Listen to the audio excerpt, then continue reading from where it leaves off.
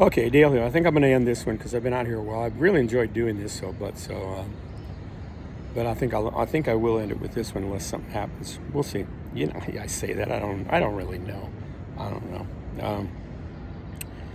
But one of the things about living in the present moment and where this life leads, living in this friendly moment is, of course, it's discovery and it's curiosity and it's everything opening up before you as you get more and more into it. But there's things that it's not, which are really nice too. Like the thing I said about should. You don't use should anymore.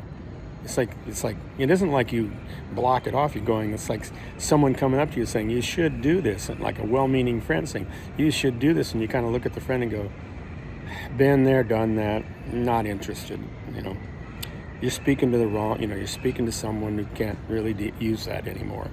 Okay, but there's other things too, like the other. You know, the other shoe never drops. That's the nice thing. That's why should.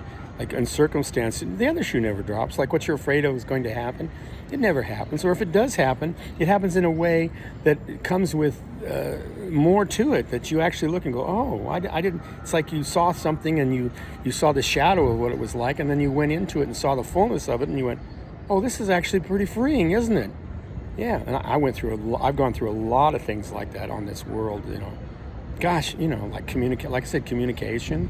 I went through debt, money, sex. Oh God! And now now relationship, and now relationship with myself. You know, with anything but myself. And at first, I thought it's like the boundaries that you have that you think are so precious for you to live in. You know, that's what was so great about my partner is that she pushed me through my boundaries.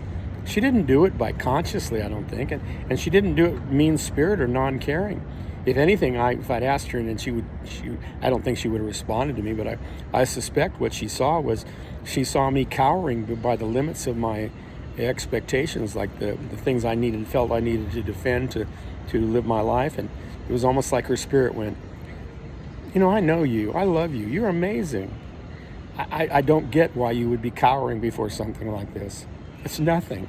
So therefore, I'm going to ignore it. I'm going to disregard it completely. And I'd be sitting there going like, no, you can't do that. You have to support me. You have to do. And she's like, she wouldn't even argue. She just wouldn't.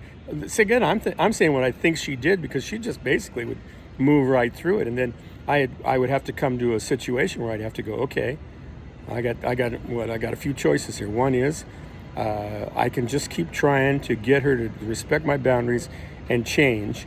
And Dale, how has that worked? And it's like, well, it doesn't work at all. She doesn't change at all, ever. The 14 years I've known her, she'd never changed on it. So that's not going to happen. So you can keep doing that, and you can keep suffering with false sense of expectation, right? You go, yeah, okay, all right. Or you could leave. Yeah, you could leave.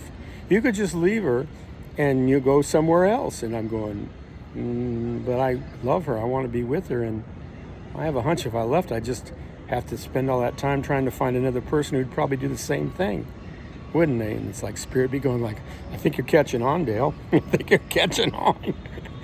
I said, is there any other option? And Spirit would say, yeah, there's one option. What's that? Other than, like doing the same, trying to fight the impossible fight over and over and over and suffering for it or running away. What could I do? And Spirit said, well, you could try accepting it as it is and see what was beyond what you think is the failure of, losing that boundary. Oh, and I'm going to tell you, friend, that is really the meaning of life.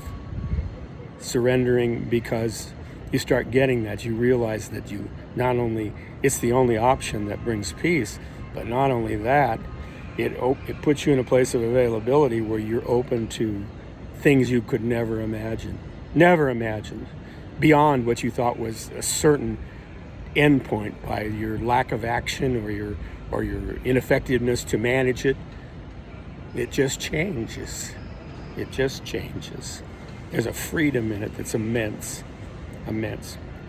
And it's like where I am now. There's time. I mean, I guess if I met with a psychiatrist or a psychologist or somebody right now, and I talked to them about what I'm going through right now, they'd probably, you know what they'd probably tell me, and I'm serious, they'd probably say, you sound like you're manic depressive, like you're bipolar.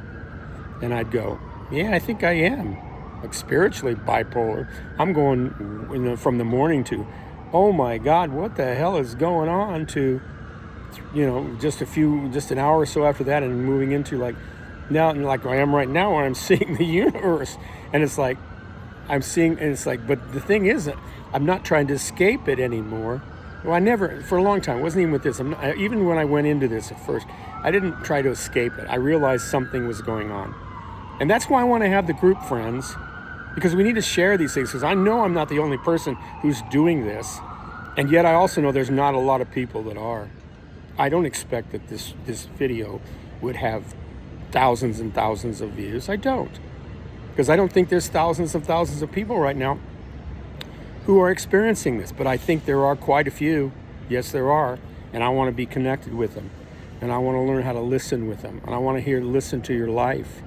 I want you to hear mine. I want us both to learn how to listen to what's the truth that we both share, and that not only both, but everyone shares, how simple it is.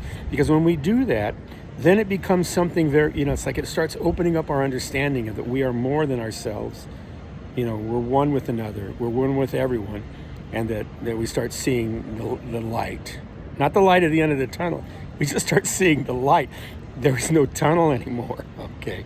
All right, I think that's all for now. Thanks for listening. Bye.